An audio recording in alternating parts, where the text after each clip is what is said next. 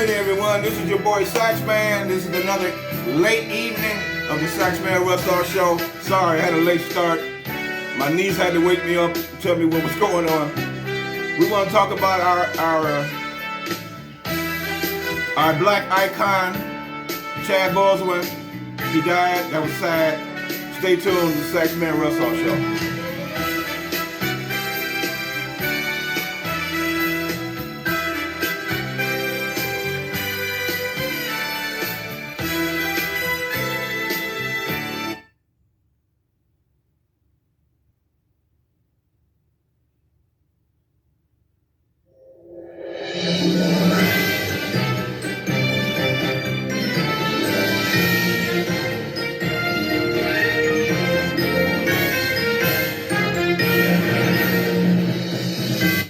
Okay, let's get started. Breaking news. This is terrible. Actor Chadwick Boseman passed away at the age of 43 from colon cancer the other day. Sad, very sad. It scares me because I just went in for my colon cleansing and they found 4 polyps and they had to cut them out. So I didn't even know. And you don't have any type of indication that you got polyps in you, nothing like that. You don't know. I had no idea. Certain things, you go in and you get your checkup and they find these things wrong with you. Sometimes, fortunately, you get to it in time, sometimes you don't. Luckily, they got to me in time. Boom, boom, cut them out. I'm straight. Chadwick Boseman is best known really as the Black Panther from the Marvels group.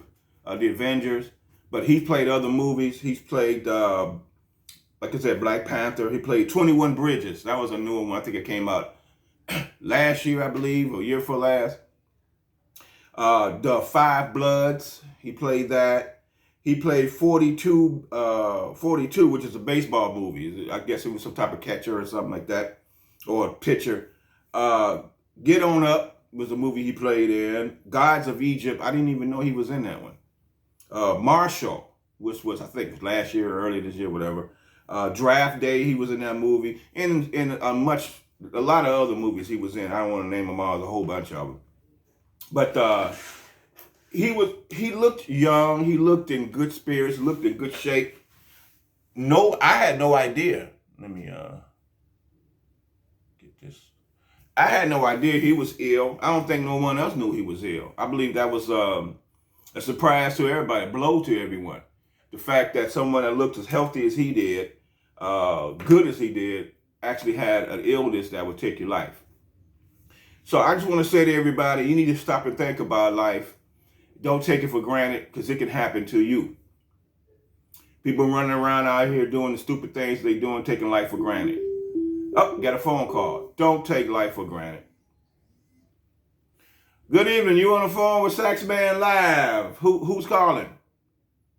This is Ashley Hey. from Ohio. What's going on, Ash? How you doing? Hi. I'm good. How are you? I'm doing just great. I was just here talking to the audience about Chadwick Boseman that passed away the other day of colon cancer, and I was saying how life can end at any moment and not take life for granted. It can happen. I was saying to the audience, doing the foolish things that they run around here doing, which is burning down, protesting, destroying, they're taking life for granted because people are losing their life while going out and doing these things, looting and burning down and everything, thinking that they're exercising their First Amendment rights. But that's not true. You're not. Peaceful protesting is covered under the Constitution. Rioting and burning and destroying and stuff is not covered under the Constitution. So you're not following the law when you're doing that. You're breaking the law. And people think that it's okay to go out there and break the law and loot and burn down and take over parts of the city and graffiti things and everything. That's not covered under the Constitution. What do you got to say about that? I definitely agree with you. You know, the looting, for sure. I don't know what people learn from looting or whatnot. I agree with you on, the whole tearing your whole neighborhood down or your city down, not going into specifics, but I mean, violent rioting has been going on since, I mean, shoot, like, from what I remember, since like the Detroit riots is kind of like the one that I vaguely remember because it's like 1960, I think it was 1960.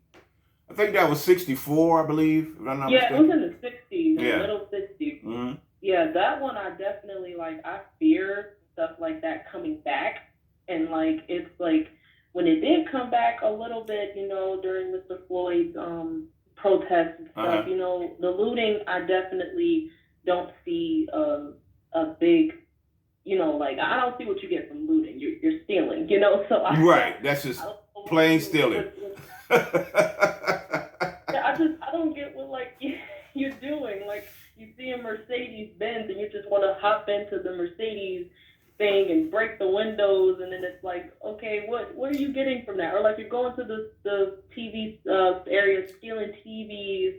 Like this is just like people in poverty or people who have wants just want to go in there and finally steal things. Well, wait a minute now, I never Ashley. understand what you get from that. But Ashley, these are people that's close to your age, that's in your generation, that's doing it, that think that it's okay to do it, that that's their God-given right to go out and harm others and steal what other people worked hard for, destroy what other people built, destroy this country. People that's in your age range, that's in college like yourself, think that that's their God-given right to do so. Yeah. And I don't, that's all. And for me looking back on it, that's all comes from upbringing and raising. The reason why you feel the way I do is because the way you were raised. I know your parents, and your parents don't raise you out, didn't raise you to go out and commit crimes. That's why you're in college. You don't have no criminal history. You don't have no background of doing any type of damage because you wasn't raised to be that way. So, what do you say about the other people that's your age that's out there doing it? Do you think they're being raised? I think they're doing it because of influences, and I don't really think it comes from their roots. I think it comes from more so the people that they hang around. Mm-hmm. It's just like, I could say this about pretty much anyone. Like, it's really who you hang around in your present that kind of sticks with you the most. I mean, my parents could have taught me several things that, I could have taken with me. The things that are like basic, like, looking both ways before crossing the street, stuff like that. That sticks with you because that's your safety. That's your life. Right. You got to go through that every day. Right. But when you enter schools and you meet different people of different areas of the cities and you meet them in different socioeconomic classes, you start to pick up some of the stuff that they do. And it's like, the things that your parents teach you aren't gone, but they're definitely put on hold because there's this new side. We have this space in our brain where we want to learn new things and we want to expand our horizons. So with the people that we meet, we think it's okay to do certain stuff because it's like, oh, well, this seems like this gives me a free. It's like taking drugs. Like it gives you a free feeling. You get this feeling that it just feels good for like a quick second, and you want to keep getting that feeling. Well, that's how it feels, I guess, in my class or in my, I don't want to say class, I'm thinking, like, in my generation, I guess. Like, some things are just based off of influences. It's not, it's not strictly our parents' fault, Well, I sure as heck didn't want to. Well, I'm going to be honest with you. When we were younger, and we used to hang with our white friends, and we used to see how our white friends got away with certain things. We used to wonder how they can talk to their parents like that, and we can't even talk to our parents that way. They back talk to their parents and say what they ain't gonna do, and their parents like, oh, Jimmy, stop it. Barbara Jean, Mama Sax would have never talked to me like, oh, Sax, go sit down. She would have knocked me down. So we used to wonder how was it that our white counterparts was able to get away with so much that we couldn't get away. So that was like, made us want to say, well, damn, maybe we can do the same thing they were doing. And we tried a lot of stuff. We got in trouble, realizing that it's two different cultures. I can't do or get away with what a white person can get away with and vice versa. So we had to find the hard way. But today, Fast forward damn near 60 years later, and everyone is doing the same thing. White, black, Hispanic, everyone is getting away with the same crap. They run around out here doing illegal stuff with this violent rioting and protesting, and everyone is doing it now. Everyone's jumping on the bandwagon and want to get it. They want to see free shit. Oh, they out there rioting today. Let's go get our riot gear. Let's get out there because they rioting Kohl's today. I need some stuff out of Kohl's anyway. I need a new sprinkler head or something, you know. So that's what they do. They go out there and they do that, and they don't realize the trouble that they're causing their community. The cost of repairing the community is astronomical. The cost to put back goods and product that was taken. You're putting people out of work that work in that community that probably wasn't out there protesting, that was out at home resting to go to that job the next day. And they realize they don't have a job to go to because they burnt it down. You know, so you putting people out of work and you costing your community money, tax money. Yeah. But one thing I will say that I do slightly agree on that is kind of sad. I mean, you know, I get a lot of backlash from it, but honestly, I don't care because it is the truth. Our country has the utmost toughest time understanding when we want demanding change. Like when we want change, we literally have to be violent for real and put down the things and risk, like put down some of the things that they pay most attention to so that way we can get attention. You know what I mean? So that I do understand that sometimes you can't always be peaceful. You can't always be peaceful because our world is violent. You know, the Lord himself said, God said himself that this earth is going to be pretty much full of sin. It's going to be pretty bad.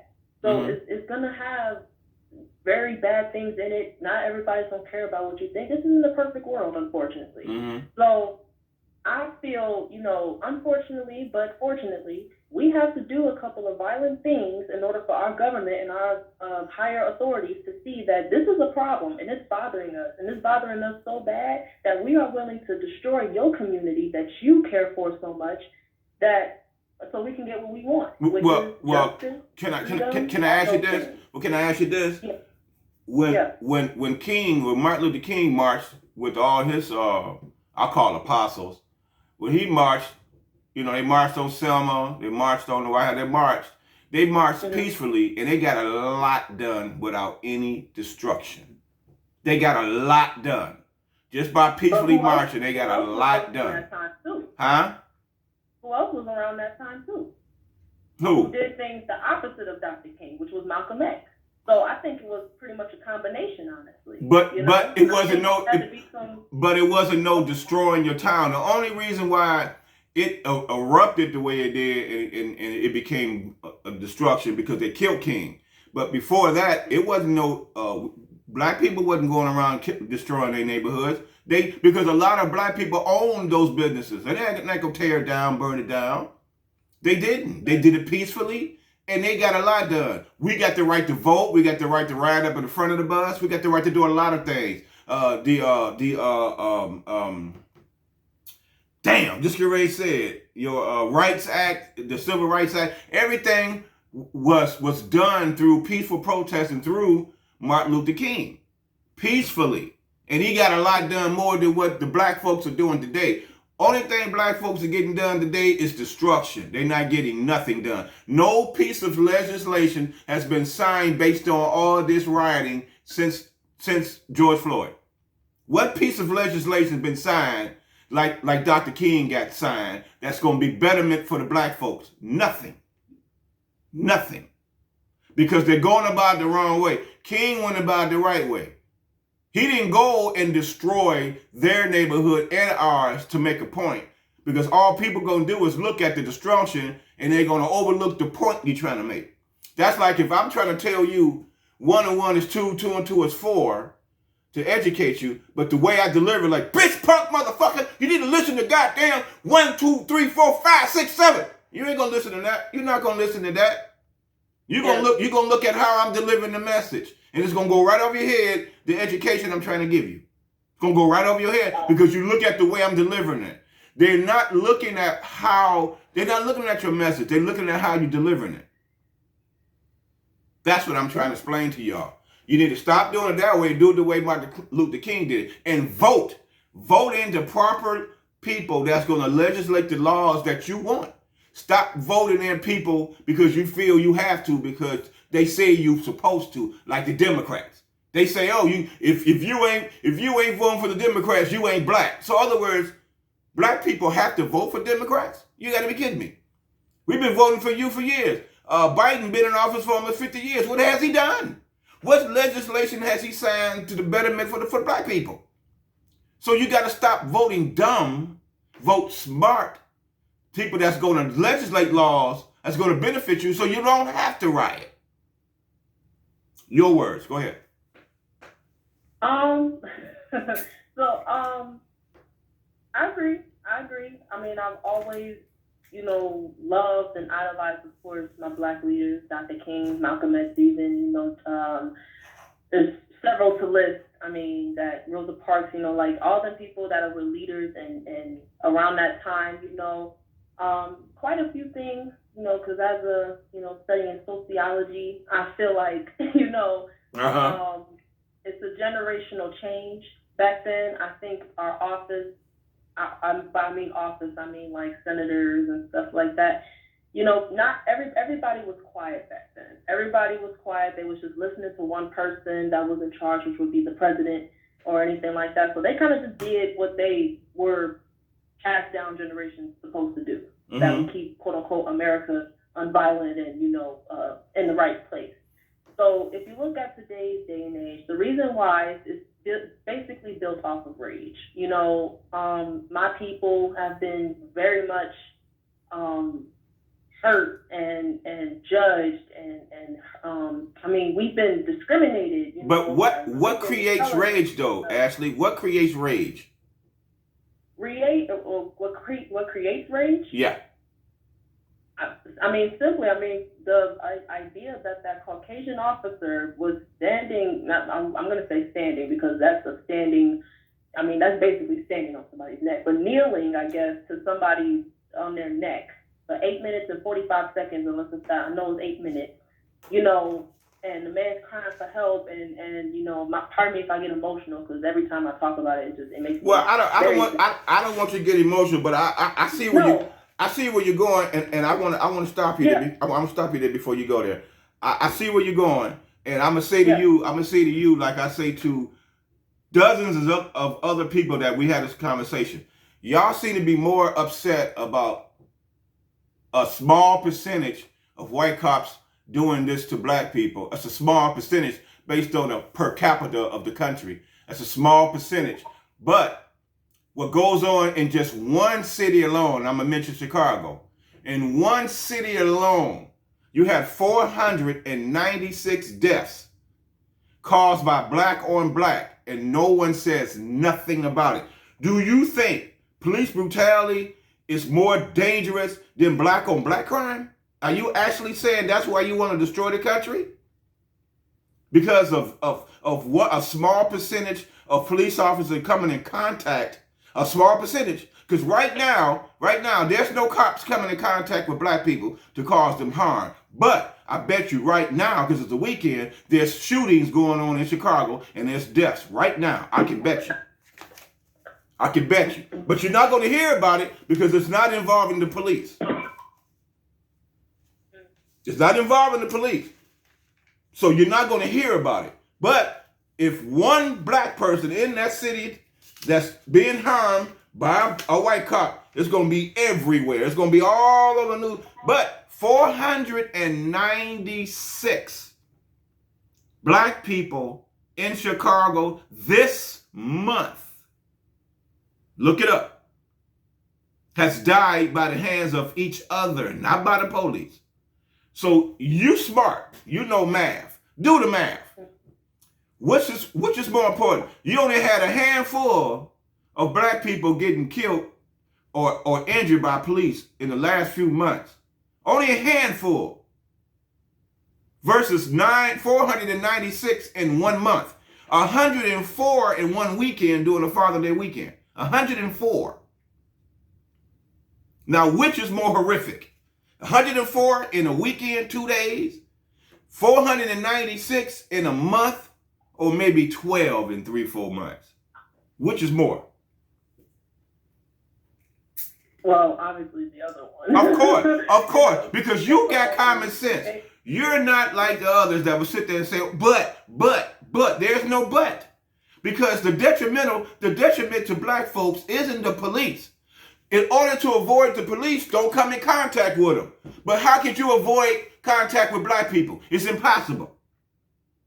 If you live amongst black people, it's impossible to become a distance from them. If you live next door, upstairs from them, downstairs from them, you can't avoid them. But you can avoid the police. You can avoid the police easily. It's not hard. Don't speed. Don't drive drunk. Don't swerve in the road. Don't do all the things that would bring the police, make them noticeable to your driving and then pull you over. But walking down the street from the store with a handful of groceries with some thugs that want what you got in that bag that's black, you can't avoid them. Yeah. Oh, yeah. They want to go in your car and take your purse because you had to run in the gas station real quick to get something and come back out and a bunch of niggas have jumped in your car and took it. You can't avoid them. But you can avoid the police. So this police brutality crap is based on your behavior. It's based on your encounter. It ain't got nothing to do with the fact that it exists every day. It mess with people every day. It mess with criminals every day. If you're not a criminal, like my brother's 67 years old, ain't never had an encounter with the police. My oldest brother, my sister, my mama. You see? So if it's so prevalent amongst the black, as far as cops want to kill blacks, if it's that prevalent, why hasn't it touched those three people? Why hasn't it touched your parents? Why haven't it touched people that you and I know personally? Because it don't happen. It don't exist. It only exists when you bring it to your doorstep. And then you act up like you resist. You talk back. You give them a hard time. Now you got to remember, police officers are human beings just like you and I. We're not computers. We're not designed and programmed to sit there and let you spit on us, hit us, kick us, call us out our names, talk about our mamas. We're not built that way.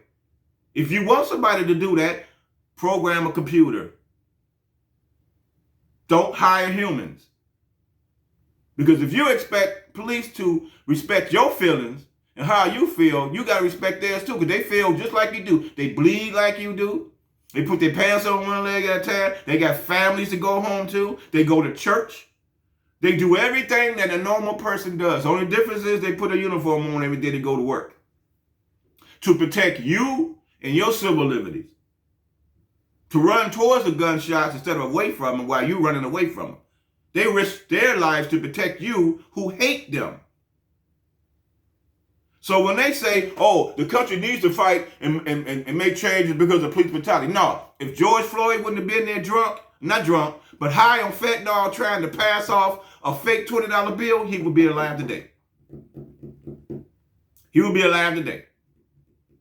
If that other guy that got shot by 2 police officers in that Wendy's parking lot wouldn't have drove through 4 different counties, drunk, didn't know where he was, driving illegal, if he would just would have took the arrest, he'll be alive today. But he fought. He was wrong.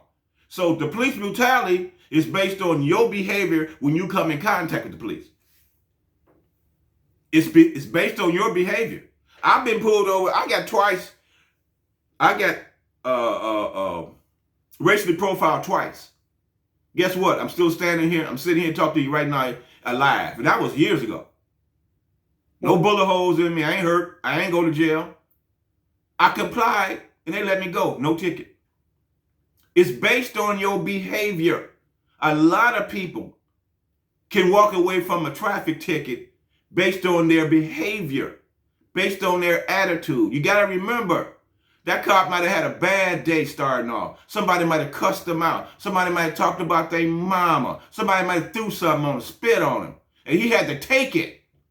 But all that anger that he had to experience, all that hate towards him, he had to bottle that up inside and go on to the next call. He's angry. It's up to you to diffuse his anger.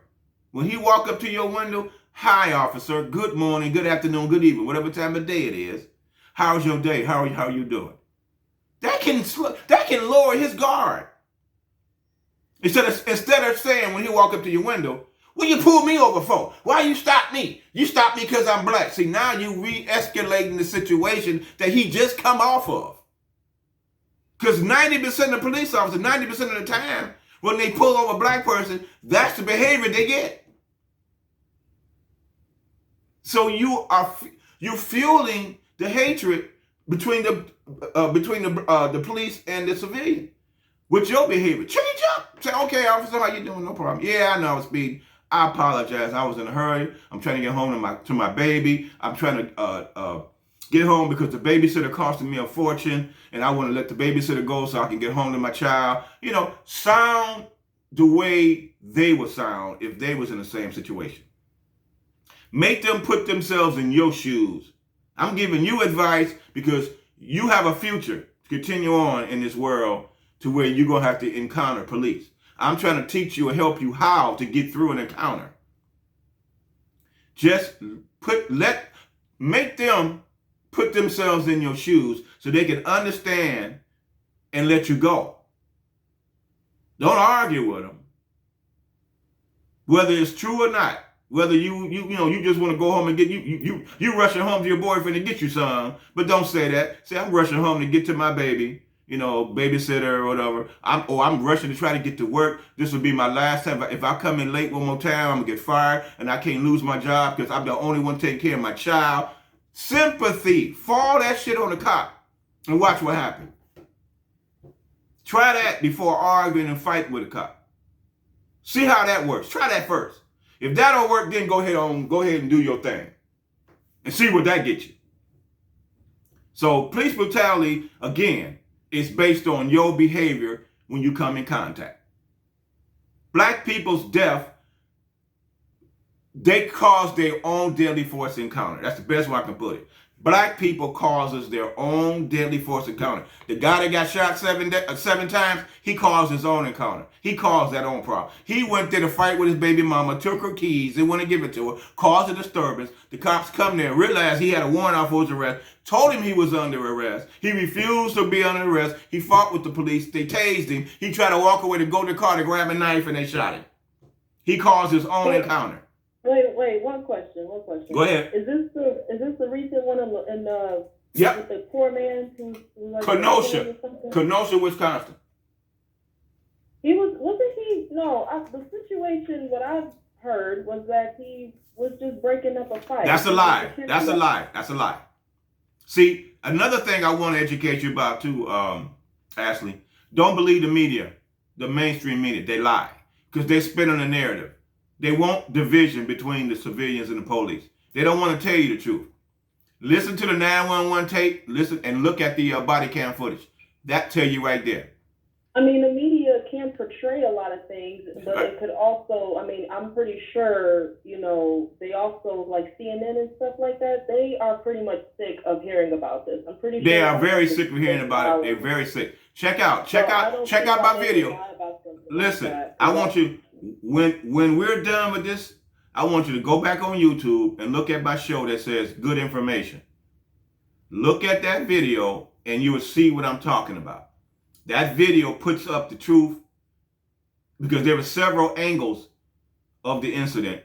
And you will hear the 911 tape from the call that someone called the police on him. You will hear that. He wasn't there to break up shit. He was there to cause problems. Well, one thing I would like to point out, if I could, but it's just like one thing I'm slightly noticing, and I just, even if the young man did do so, my father was a cop. Right. So I know the in and out. I know you know. Because at a point, I wanted to be a cop. So I studied these things. Uh-huh. Even if that was the case, you have no right to shoot a man in his internal organs that could possibly paralyze him for the rest of his life. And he's only almost 30 years old. Okay. So either way, that's still a form of near murder. And unfortunately, even if he was white, I still find that wrong. But he's black, and that only makes it more sentimental to me. And I don't appreciate seeing my people or anybody get hurt. So that's why, I'm not really disagreeing with you when he says he put his own situations, because but still, I wouldn't solely blame him. He's just the victim at this point because he got shot 7 times and now he can't probably walk, or he could have died. And I feel very bad for him because it's like, why?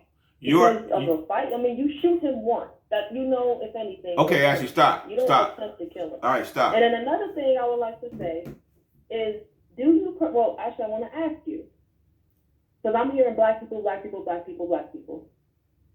Do you believe is it just solely black people that you feel are causing trouble? Like, can there be some whites as well? Because that's all I'm hearing is black people. And last time I checked, you're also black too. So I just don't want it to seem like, you aren't getting lost in your skin. You realize when you look at yourself, oh, I'm black too. So I kind of fall in some of these categories. Okay. So I'm just going to make sure that we're not, because, okay. I'm black. Okay. So some of this is taken to heart. Okay. So, all right. Okay. Let's cover a few of those things. First off, your people is Austin's, Russaw's. Those your people. The people on the streets out here that you don't know, but because they got your skin color, they're not your people. Those are the same people that will fucking rob you, knock you over your head. They're not your people. Your people is your family. Okay, first off. Second off, let's go to the situation of the shooting. All right, because I'm going down, then I get back on the last point that you made. Since you said your father's a cop and you know about the police procedures, I'm a cop too, you know that. I know police procedures. If you know police procedures, you know once they go hands-on, and the hands-on don't work, and they use tasers, and the tasers don't work, and he's moving away from them to the car. There's two things that he's doing there when he's moving to the car after being told that he's under arrest, after resisting arrest. The only other thing that he's trying to do when he gets to the car is two things. What? Fight or flight. Okay, now, training, and you ask your father this, because I took the same training. Once you got a suspect out his or her car, and you let them know that they are under arrest, you do not let them go back to their car. Because you don't know what's in their car. They can have a bazooka inside their car. Once they get back inside their car, you placing yourself at risk, and you placing the community at risk by letting that suspect get back to that car. Now, when he got to the car door, they kept ordering him to stop at gunpoint, and he refused. It's a reason why. He wanted to get to that car for a reason, fight or flight. When they found out he was reaching for a knife, that's fight. That means he wants to fight with a knife. So they shot him. The idea, and ask your father this, when we shoot, we don't shoot to kill, we shoot to stop the threat. They feel shooting him one time, he must have still kept reaching. Pow, 2 times, he must have still been pushing away, reaching. Because mind you, the tasers didn't work. So there's something wrong with him. He's either on drugs, he's super strong, something that's keeping him from complying. So, okay, the cops shot him 7 times. That stopped him. I'm not justifying, don't get me wrong, I'm not saying I would have shot him 7 times. But the training says you shoot to stop the threat. So he shot 7 times. It stopped the threat. These cops are going to get off because they follow procedures, number one. Number two, it was a lie that he was there to break up a fight. He wasn't. He was there to fight. Took the girl's keys and wouldn't give them back, and they fought. That's why the girl called the police on him. They got there. He had a warrant out for his arrest. They let him know he had a warrant out, and he fought them. That's resist arrest. That's assault and battery on a police officer. They tased him. He got up, went on about his business, walked to the car. He's on his way. That's still resisting. That's flight. He tried to get in the car to get to what? We found out it's a weapon, a knife. It could have been a machine gun. Cops they did everything they're supposed to do that was right. They had to stop him. Because if they'd have let him go, he could have put countless people at risk. So you gotta look at it. You gotta stop. You said it made me feel bad. That's an emotion. And I said to everybody, stop being emotional and start using more common sense than emotion. Because emotion is what got this world right now, this country, on fire. burning right now. Emotions. Had they stopped and thought about what the guys were doing that brought them to this situation, maybe they wouldn't have burned down the city. But because you're going off emotions, you were going off of false information that he was there to break up a fight. False information. So they stirring it up. They got you out there emotional on false information, creating havoc. That's why I want my people, my family, to step back from it. Don't engage. Step back. Because there's more to what they're telling you. And I don't want the Russaws. I don't want the Austins. I don't want y'all involved in that foolery. I don't want you going to jail thinking that somebody was killed unjustly and it was wrong. Now you got a criminal record out there looting and rioting for somebody you don't know. That's dumb. If you want to fight the system, fight it from within the system. Get into politics, become a senator, become a mayor, become a governor, and write laws. Become a legislator. Do it that way from the inside. Get inside, infiltrate, and make it better for your people. Fighting is not going to do nothing but get you in jail or dead. And you ain't accomplished nothing. No one accomplished anything in these 3, 4, 5 months of all this damn fighting and rioting and rooting. Ain't nothing accomplished except a destroyed country. Over a bunch of losers. And yes, I'm going to say it. A bunch of losers. There's nobody innocent in these last few months. Innocent got killed or injured by the police. Not one was innocent. Not one. We ain't talking about years ago. We talking about in these last few months that they started rioting and destroying everything. None of them was innocent. All of them had a long-ass criminal history, long as my arm, and they was out there doing something stupid to cause the problem. So I just want you, my lovely niece, to not conform to the rhetoric and the narrative that they're pushing on you young people, because if they push it on you at a young age, they got you. They got you for the near 20-year future or the 30-year future until the next generation come up, your kids, and then they're going to put that crap on them and they're going to destroy your kids and have your kids for the next 20, 30 years. When you pass away, they got your kids. They working on the future of control.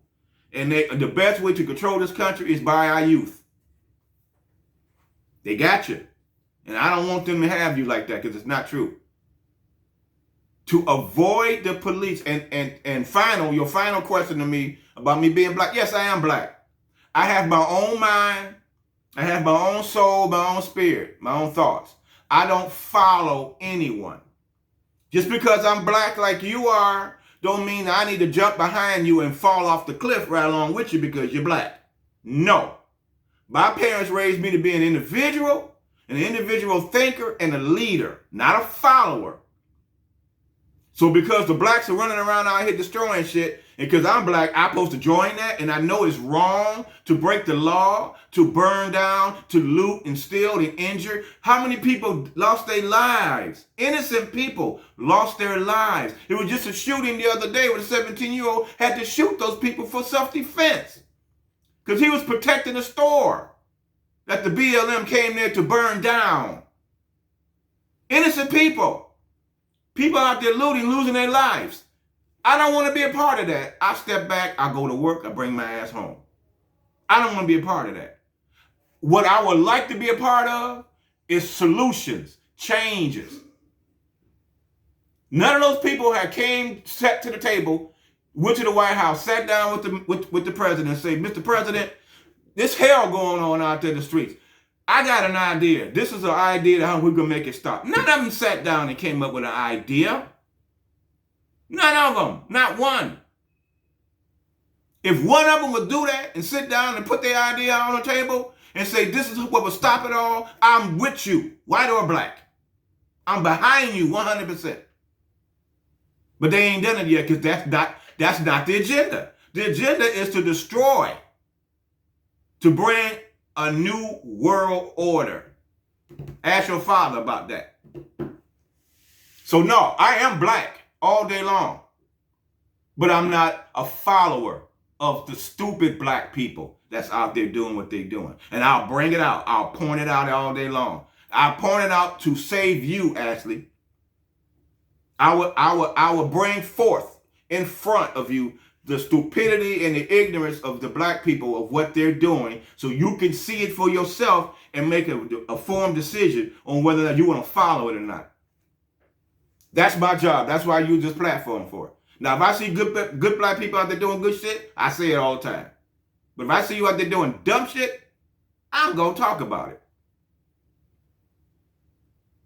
Your words. Go ahead. Yeah, I completely understand. Thank you for clarifying your stance. You know, with all due respect, you know, I prefer to agree to disagree. Yeah, that's good. I'm a, you know, this is sociology. I appreciate my people. You know, I tend to extend my heart. You know, that's why, you know, because, I mean, other than that, because if that's not the case, then we don't have support in this world, and I'm a supportive person. So I tend to support anybody. You know, I just have that careness. I mean, I donate and stuff like that. I don't know these. There's nothing wrong with that, Ashley. That's beautiful. Money, and I'm giving them my time and appreciation. That's beautiful. Yes, that's beautiful. So I agree. I agree. But don't follow something that you know in your heart is wrong. Don't follow it just because they're black. No, because all that's going to do is get you in trouble right along with them and ruin what you're trying to do with your future. Don't do that. That's all I'm saying. I don't do it. I don't want you to do it. Right. Just don't follow. Say, hey man, I ain't going down in the campus and throwing stuff around because a white cop killed the black guy because he was speeding down the street. No, I'm not going out there. I'm not doing that. Now, if that was a family member, a loved one, okay. But somebody you don't know and you're gonna go and cause damage to your college that you got to go to, that your parents is paying for? You gonna cause damage for somebody you don't know? I don't think your parents would be happy if they knew you did that for somebody that you don't know, that they later on find out was a criminal that was running from the police because they had a warrant out. That's not a good reason to go do some destruction for. That's not. Right. It's not.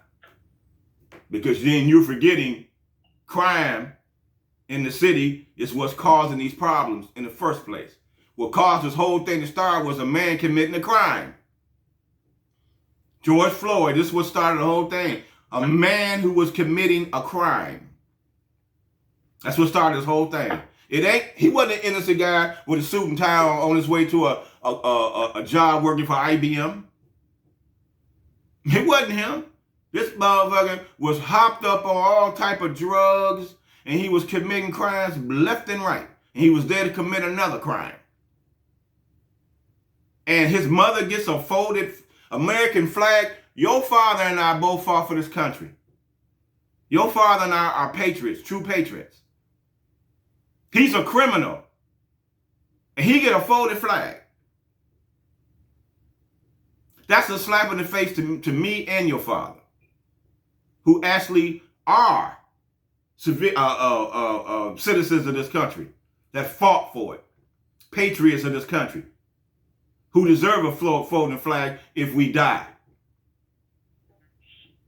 Not somebody that went out there and just commit harm. Did you hear the story about him pulling a gun on the pregnant woman, stuck the gun to her stomach and threatened to blow her? Oh yeah, of course not. The media don't want you to know that, but I got the story on it. The media wouldn't let me upload the story because they didn't want it out. There's a lot about George Floyd you didn't know about. It was a home invasion. He invaded this young woman's home to steal for drugs, and the girl was pregnant. He stuck a gun to her stomach and said, I'll blow you and the baby away. Now, would you burn down your neighborhood for a person like that? That would go in someone's house and steal and stick a gun to her stomach? What if that was your mother and you was in her stomach? And someone came in your mama house while your father at work and stuck a gun in her stomach while you were in it, threatened to kill you and her. How would you feel about that? So why go riot for somebody who would do something heinous? Why destroy the city for somebody who would do something that terrible? That's terrible. But that's what he did. I got his whole record. They had 2 autopsies done. He was loaded with fentanyl and what's the other drug? He had 2 high drugs in him that caused him to be in the condition that he was in. The autopsy proved that he died later in the hospital, not there on the ground. Later in the hospital. But the media don't want you to know that. They want you to think the cop killed him then. That's not true. I saw 2 independent coroner's report. I put it up on my page. It's on my page. A lot of people read it and said, damn, Sax, I didn't know that. No, because the media don't want you to know the truth. They want you to go out there and commit the crimes that you're committing. They need y'all thinking that Republicans are bad and Democrats are good, so you can vote for them. They blaming everything on Donald Trump. You know how many under Obama, how many black on black and how many cops on black killings under Obama, but they didn't blame Obama based on that. A lot of people died under Obama by the police. They never blamed it on him, but they blaming everything on Trump. Because they don't want him in office. They don't want him to do another term. They willing to lie to you to get somebody out of office. That's dumb. Luckily, you got an uncle that pays attention, that don't go off emotions. I'm a grown-ass man. I'm too old for that. I'm smart. I don't go off emotions. I go off of facts. And I wait till the whole story come out before I pass judgment. The rest of the world, nope. The moment they see a half a video, they don't see the whole video. They only see the ending version of it. They don't see the beginning. They go off emotions and they start assuming that because it was a cop, automatically the cop was wrong. Without seeing the whole video and waiting until the whole story come out. And then when it come out that the cop is right and everybody's wrong, instead of saying, oh, we sorry, we apologize, they don't say nothing. They'll roll off their back and wait till the next incident happens. That's what's going on today. Your word. I'm speechless. I'm speechless. Because Ashley, it's the truth, babe. It's what's really going on in the world. They don't want you to know the truth. Look at my videos. You got to go on YouTube and check out my videos. My video spits nothing but the truth. It spits them out. And YouTube blocked a lot of them because they knew what I was spitting out was true. And they didn't want y'all to see it. YouTube blocked quite a few of them. Now, if you blocking my videos, that means it must be true. If you got something to hide, it must be true. If I'm putting up lies and bullshit, it shouldn't matter. Put it up. But if you blocking it, oh, it must got some truth to it. Think about it. Must got some truth. Your words, baby. I'm still speechless. I just don't want to see you fall. That's all. What you speechless about? What you speechless about? Like I said, I have my personal, feelings. I'm just different. I'm I just want to. I'm a person of, like I said, of love and just hearing everybody out for real. So, my heart has a space for everybody. Right. Not everybody right. like that. I get it. I get it. And that's what I love about you. I'll remain to have sympathy for Mr. Floyd. I'll remain to have sympathy for him no matter what happens. Right. If that did happen, then, hey, I can't, that's what's between him and God. That's all I can say. Right. So, I have no reason to judge. I have no reason to think any different of him. That man was still good in my eyes. I didn't know him, but I know that he been good because of his community he was around that was talking about him. And well, the man who's okay. been recently shot. Okay. I have sympathy and love for him as well, because the Mm-hmm. man had kids, and he's only 30 years old, and you are paralyzed. You're about to be paralyzed. Mm-hmm. So that's hitting home for me because, you know, like I said, these are my people of color who are getting hurt. And I'm the person of color, and I'm a female. So I have two punches coming at me. So it's like I'm just being aware, and I'm also being cognitive and respectful to those who are getting hurt like this, just so I have, you know, a pretty much a bigger heart for people like that. I get it. You know, Ashley, I used to be the same way until I realized I can't support ignorance. I can't support it. Because if I'm supporting ignorance, I'm giving it the green light to continue. Eventually, you're going to have to point it out. You got to say, hey, enough's enough. You got to stop this.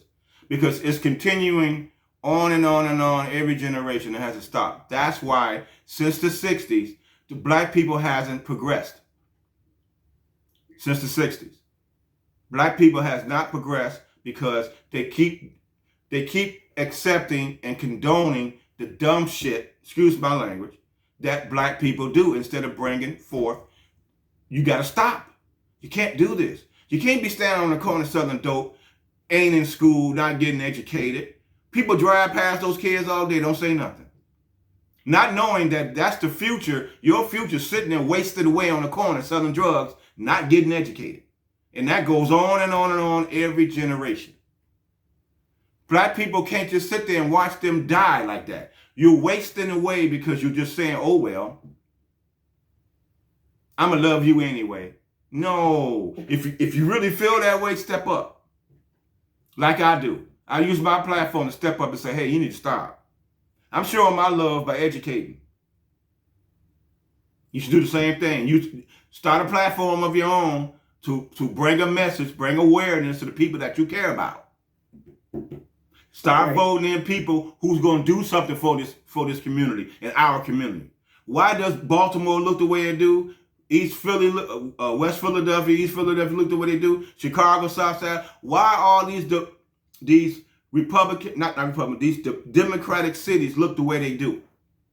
You know why they look the way they do? Because they keep voting for the same leaders that ain't doing nothing every 4 years.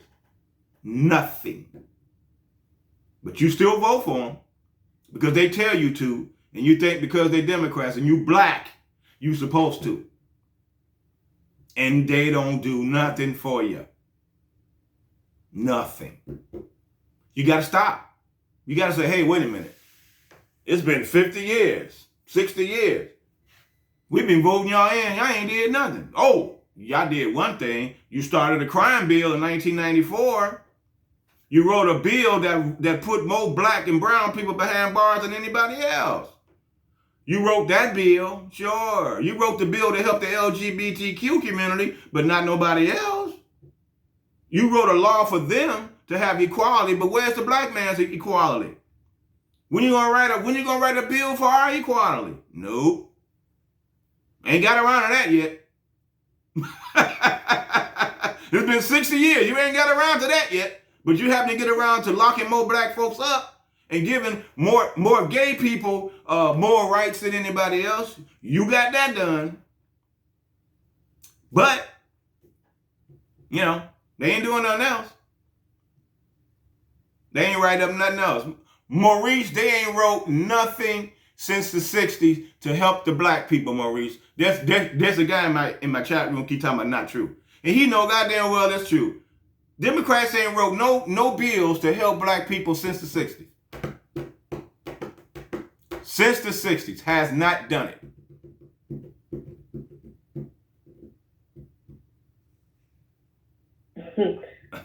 They haven't done it. I'm not lucky. Mo talking about you lucky it's late and I will call in. I don't care what time of day it is you call in. You got to call in with some proof that the Democrats wrote bills that help the black community. Help the black community. I ain't talking about America. I'm talking about a Pacific group, the black race.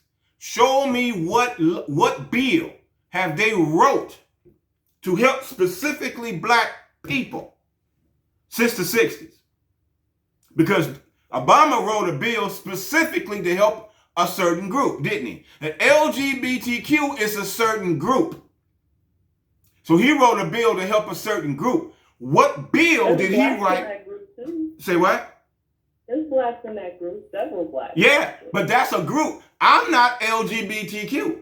So it don't help me. You not LGBTQ. It don't help you.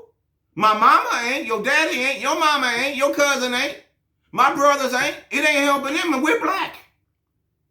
It help a certain group. So once again, I say to Maurice, who's watching, name a bill specifically written to help the black race. I'll wait.